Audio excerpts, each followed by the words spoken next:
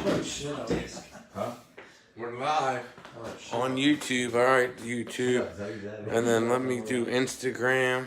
Jen, My Instagram. All right, here can we you go. scan and email me the assets contract? Thanks. All right. Boom. So we got YouTube, we got Instagram. No sprinkle though. No shaky. No shakings. All right. Alright. Here we go. Plug in the mic. So Remember, we have to hit the live and then turn it. here I'll let you set it up. Yeah. I'll plug you in. I'll get you set up, Uh, and then do you want me to cut you? Do you guys want me to like Second. hold like 5 fingers up so you know it's been like 10 minutes because it's 10 after right now. yeah, because we won't know. Yeah. That'll give you 20. That'll give you 20 after or 25 after, and then you hit the road. So, Well, are we gonna get up and do it or not? Or do you want? I mean, if we have someone here that can I do can- the I'll stay down here camera, and do it. I think we should. I'll stay down here and do it. Okay. See, I hit the live and then I turn it. So once it's turned That way it's not- sideways, yes, go. then I know it's good. And then we just have to raise the camera up a little. Yeah, I'll set it up. Guys. Okay. Sit down. All right. Hey, Instagram. Hey, YouTube. We're here with Robert J. Schefter. Did I get it right? You always get it right. Yeah, I don't get it right. I'm dyslexic, so it makes it hard with all these letters, but I want to make sure I get it right. Robert J. Schefter, attorney at law. Man, local experience. I know we're waiting for Facebook, but I want to tell everyone on YouTube and Instagram, share this out. Look, you can try to do street justice all you want, but I'm telling you what, you're going to pay more money along, and you're not doing any good. Like the police are just like, oh, we're not going to be quiet. It's all about rules and following those rules. That's what, and then executing the test. And they're not set up for you. You have to understand that. They're set up for you to come downtown. That's right. Right? I mean, that's just the way it is. And everyone's just doing their job. I'm not saying right or wrong. I'm just saying that's the way it's set up. So you spend money on a vacation. You spend money on a lot of things, on nice suits, on all kinds of stuff. Why not suit up your armor and defend yourself? That's right. That's what I say. And I don't play around. And I was taught it's kind of like life insurance. We're not on your show yet, but it was kind of like life insurance. People don't want to have it until they die. They need it. Then they're like, wow. What I'm doing here, so I'm setting a different angle for this today, because once you guys are done, I want to be able to keep a steady turn like this and do your one-legged thing, Bobby. So are you okay with that? Yeah, sure. Let me clean this up. Yeah, so I appreciate. Listen, social commerce is where it is.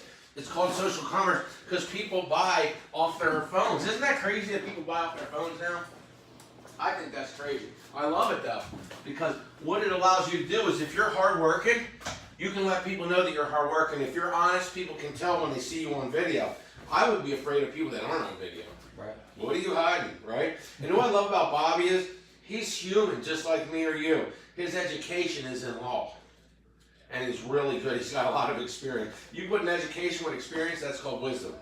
There you go. And that's what Bobby has. Robert J. Schefter, attorney at law, local, experienced, and reliable. All right, we're going live on Facebook here. Wow, this is it right here. Guys, go on Facebook Live, go to DUI results, and check it out. We're going to be on here, and we're talking, what's this that we're talking? It's called the Part 3 of the standardized field sobriety test. This is the one-leg stand. one-legged stand. All right. Different angle. And 3, 2, 1. You're live on Facebook. Guys, welcome to DUIResults.com. I'm the Shane Train. I'm here with attorney Robert J. Schefter, attorney at law. Welcome. Good to see you, Shane. We're doing the one-legged stand today. Yes, today, so we're doing part 3 of our series, the standardized field sobriety testing. There are 3 standardized field sobriety tests that are recognized nationally. They are the HGN, that's the horizontal gaze nystagmus. We covered that week 1, that's the eye test. We follow the pen with your eye. Last week we did part 2, which was the walk and turn test, which you passed very well, so you were sober. And today we're doing the final one, the one-leg stand. The one-leg stand, again, it's another divided attention test. Not only is the officer looking to see if you can balance, but they're looking to see if you can follow instructions. You know, I want to interrupt for 1 second. Can I call you Bobby when we're on here, or Robert? What do you prefer? Bobby's fine. All right. I was watching a show, and after we did the eye thing, I saw an officer in the back of a car just go like this to someone.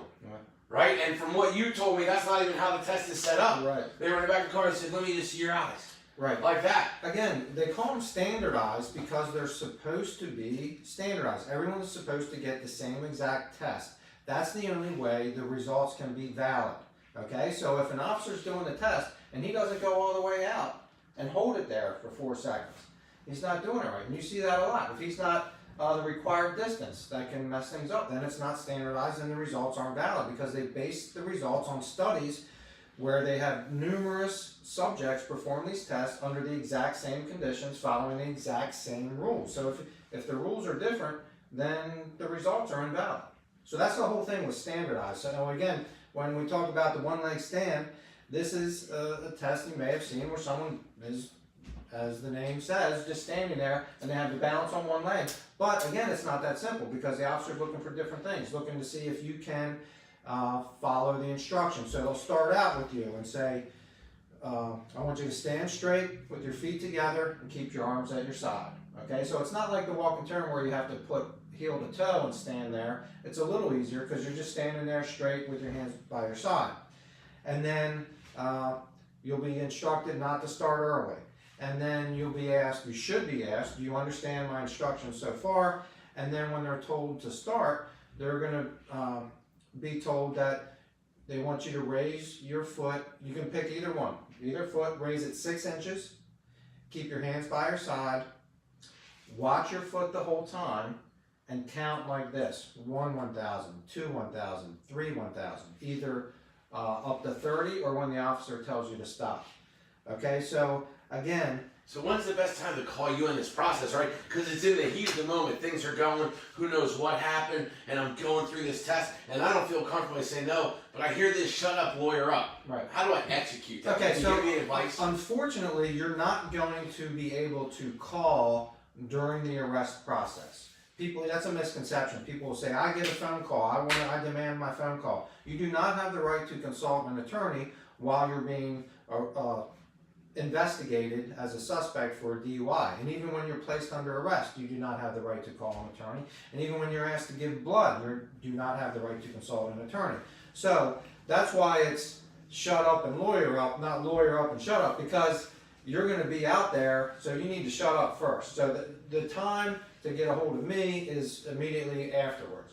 But you need to shut up while you're going through the process. So when can you stop?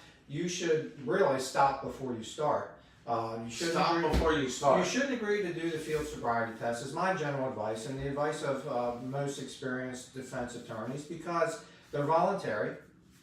So can I do it without being offensive and rude and disrespectful? Absolutely. Because I think people misconstrue like following the rules, and there's a way to do it respectfully, right? And again, when I say shut up and lawyer up, I'm telling you, the client, to shut up. We're not talking about police officers. They're out there doing their job, and their job is to convince you to do these tests.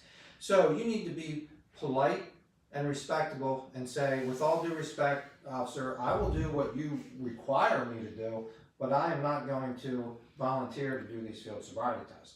And when you talk about being polite and respectful, that's a two-way street. The officer should respect your rights at that point. I think Sometimes that that doesn't happen. I think people think that it's an admission of guilt. I really think, because I think in the mind that people think if they don't do it, that they're automatically killing you. You're going in. Well, yeah, I mean, the reality is, if we end up in trial, they're going to say, oh, he refused to do the field sobriety test. And the DA is going to argue, you refused because you knew you were under the influence.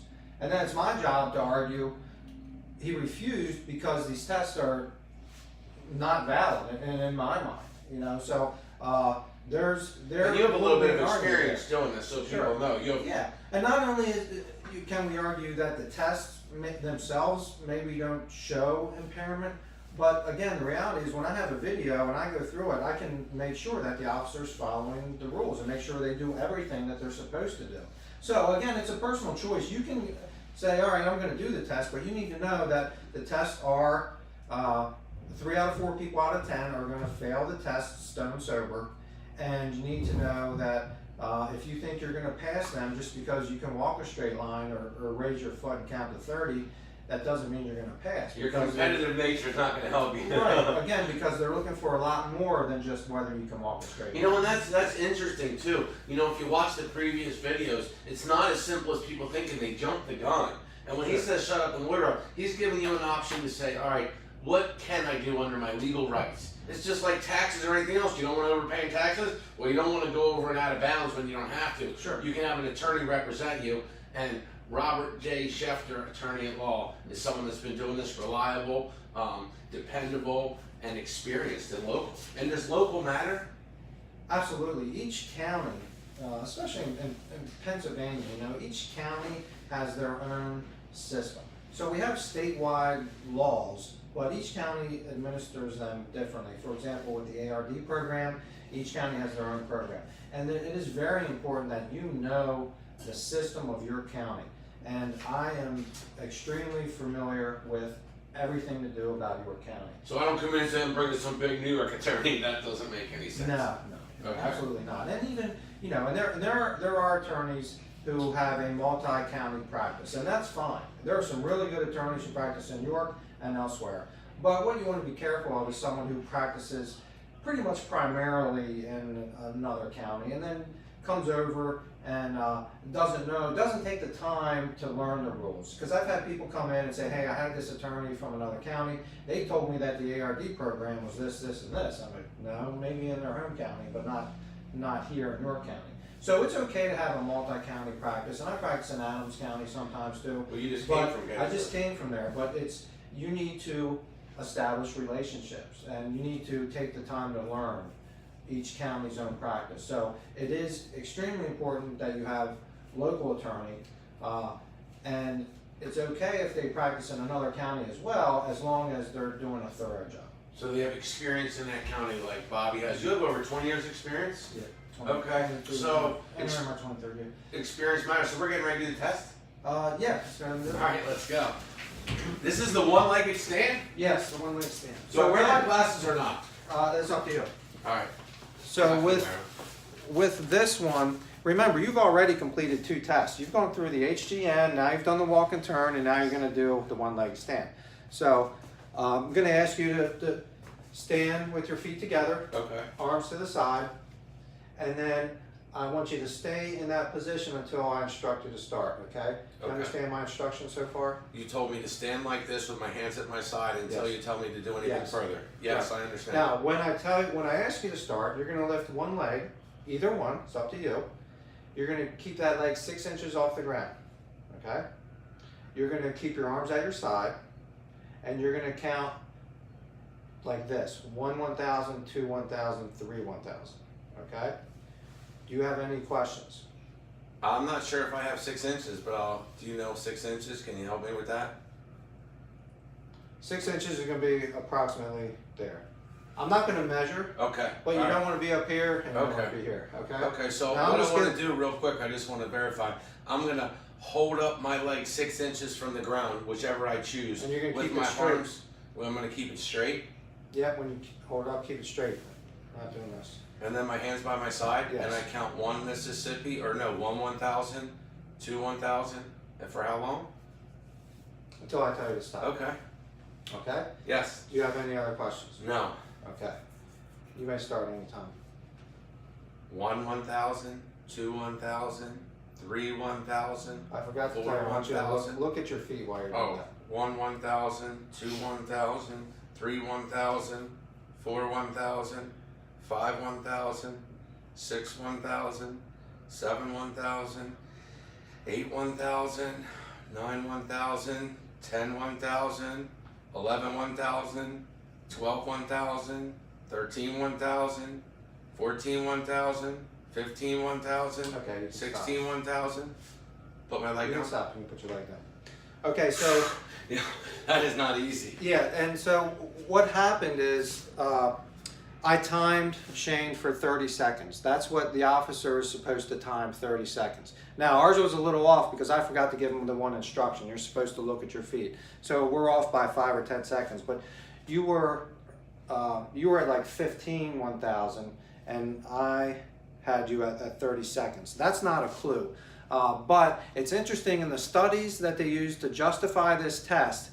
It says the officer should time it for a full 30 seconds because people who are impaired or above a .08 can do that for 25 seconds but not 30 seconds, which I found to be kind of incredible. Did I do it for 30? Yeah, you did it Oh, for 30. okay. Yeah, But I didn't found count 30 fast enough? No, you didn't count fast enough. Oh, but so I I have to keep interrupted it you. going, okay. But that's And you're not sober. yeah, that's not one of the clues for this test. Okay, so but keeping my arms to the side. yeah, you kept your arms to the looking, side. So what they're looking for with this, there are 4 different clues. Do you want to go back to here? One clue. Wow, that's not easy, Bobby. So Great information. Someone said they're glad that you. So one clue, the first clue is if you sway. If you're swaying back and forth while you're counting, that's a clue, okay? A second clue is if you use your arms to balance. If you raise your arms more than 6 inches, either one, that's a clue. Oh, wow. The third clue is if you hop on your foot, on your planted foot. If you have to hop to keep your balance, that's a clue. And the fourth clue, obviously, is if you put your foot down during the test. So, again, we went over, the timing is critical too, because they're saying some people can do it for 25 seconds, but not 30 seconds. Again, I don't know what that's based on. But the other thing to understand here is that you have to show 2 different clues to be considered impaired, okay? So if you put your foot down 5 times during 30 seconds, that's 1 clue. That's not a failure. And that's what I see a lot is an officer will say, he put his foot down multiple times, and they count that as multiple clues. But if that's the only thing you do wrong, that's 1 clue, which I think is interesting. So you can use your arms for balance. If that's the only clue you show, that's not a sign of impairment. If you sway, but that's the only thing you do, that's 1 clue. So again, there are less clues here than in the other 2 standardized tests, but the one leg stand is an important part of the series. The other thing that's important is they're supposed to give you the standardized field sobriety test in that order: HGN, walk and turn, one leg stand. Now, I don't know of any judge or anyone who's going to say that they're completely invalid if you do them out of order, but again, we're talking standardized. In my mind, standardized is standardized. They're not standardized if you don't do it the way it's prescribed. The other thing, like with the walk and turn, if you are 65 years old or older, or you're more than 50 pounds overweight, or if you have back, leg, or inner ear problems, you should make those known to the officer, and they shouldn't have you perform the test. Or they at least will say, hey, even though you have all of these, do you think you can still perform it? The answer to that should be no. If you have a physical limitation, again, people want to prove things. Okay, I have a bad back and an inner ear problem, but yeah, I'll still try it. No, don't. When does the breathalyzer unit come in? Okay, so the breathalyzer, that's a great question. The breathalyzer is not a standardized field sobriety test, but typically after the field sobriety tests are given is when the officer, if he or she is going to ask you to give a PBT or a portable breathalyzer test, they'll do it then. If they're not sure, if you fail miserably and you appear to be very intoxicated, they probably are not going to give you a PBT. They're not required. If they think you're borderline, they might go ahead and do that to see if it registers that you have alcohol in your breath. The PBTs, we can talk about that more later, but you're not required to do those. They're field. That's like another field sobriety test. So we'll hit that another time. But that wraps it up for the one leg stand.